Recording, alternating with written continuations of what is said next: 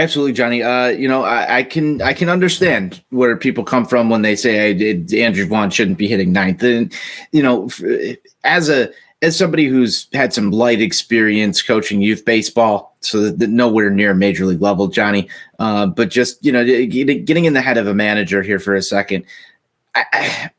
I've always been kind of a fan of the second leadoff hitter kind of guy. I think it's kind of lost art, and that's where people get really upset with La Russa, is because you have a perfect one in Adam Engel to do, though. I think you do have a perfect one in Adam Engel, and I would absolutely rather see Adam Engel in the ninth spot, probably, on a more nightly basis, if we're being honest. I don't know if I've seen Harrison float around down there, Larry Garcia, but you know what? In the grand scheme of things, I do understand that there's some schools of baseball thought where your lineup really doesn't fucking matter after the first time through. There's other schools of thought that tell you getting your best hitters more at bats. Getting your best hitters more at bats is where that lines up. But you know what? In the game of baseball, at certain points in time, it's about where guys are going to wind up in certain spots. And, you just can't predict that, though, whereas you can predict that this guy at the top will get more at bats than the guy batting last. That's true. But I could sit there and say that, just because you line up, your players based on, who's going to get the most stats doesn't mean that that's where they're going to perform or where you're going to have the opportunity to do that throughout the game anyway. So, I think that there's a lot of people who get hung up on this and they want a bone to pick. I say go ahead, pick every bone that you want to, because there's not a single human on this fucking earth that's going to do the same thing the same way as everybody else is anyway. So you're entitled to your own opinion. Go ahead, have it. And, at the end of the day, it is what it is. If the guy doesn't get the job done, or if batting Andrew Vaughn ninth cost the White Sox today's game, by all means, go ahead and bitch about it. But at the end result of this, Vaughn was in some spots where that was rough. I'm looking at this. The one thing that I can say is if I'm, the manager of the Kansas City Royals, and I've got, if I've got to deal with Andrew Vaughn, Tim Anderson, Luis Robert, Yohan Moncada, Jose Abreu, Yasmani Grandal, all bunched in together, which you can make the argument, slot Andrew Vaughn in there in one of those spots as well.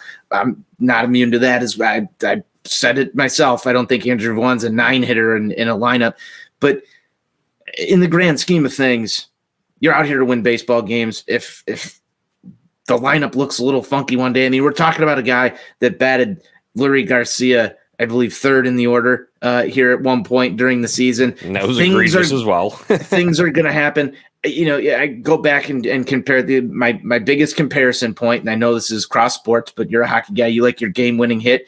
I go back and I look at some of the things that Joe Quenneville did with the line blender that were funky, and a lot of it's mental stuff and like, where do you want guys? And, to me, again, I go back and I rest on, this guy has won a lot more baseball games than I ever fucking had. I'm not saying that I'm not going to criticize him. I'm not saying that I'm not going to, have problems or issues with things that he does. I'm going to have issues with anything that any manager is ever going to do, because I would do it differently myself.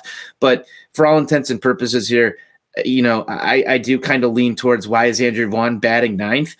But he gave a reasoning. And I think if somebody gives a reasoning for what they're doing, and, whether or not you agree with it, if he's got sound reasoning behind it, I'm not really going to question that process all too much.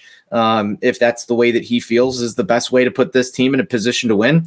Now, like I said, again, if it doesn't and it severely costs them a ball game, then maybe let's take a look and examine it a little bit more. I don't think it was as egregious as some people wanted to make it out to be online today. I would prefer to not see it again, based on number, especially with the strike. It's one thing if like this team is going on an absolute heater, and it's like a decision of like, okay, Yaz is hitting, Abreu's hitting, Roberts, everybody's hitting, the whole squad's hitting, Tony. Yeah, I know. Then it's like a good problem to have, and it's like, oh, like like whatever, like whoever, doesn't matter where they're going to be, they're going to hit then. But with where this team was in an offensive funk, I think that is what brought about some of this too, especially when you needed the jolt, right? And what's really crazy is, like, I did this in a ball game the other day, managing my 10-year-old team. Is I looked at my lineup, I'm trying to construct it.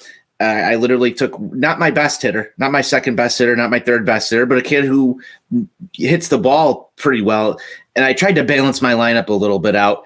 put some other kids up a little bit more in the lineup. I actually took one of the kids who hadn't hit the ball all year, batted him first just to try and maneuver things around. End up winning that ball game because that kid leads off, gets a hit, and we got into a spot in that ball game where the same thing happened. I was in my bottom 3 guys, just kind of plotting out where this game's going to go.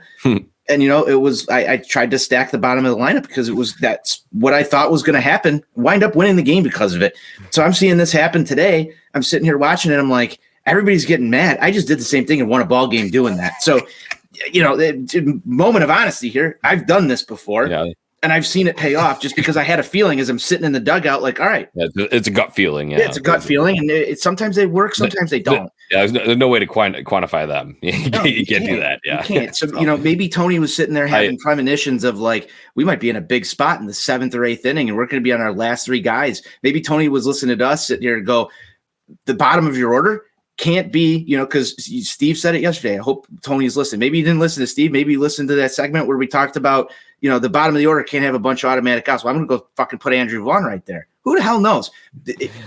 I don't know. I have no rhyme or reason for why he did what he did, but that's my thoughts. Adam Engel would have been my choice. I'll leave it at that.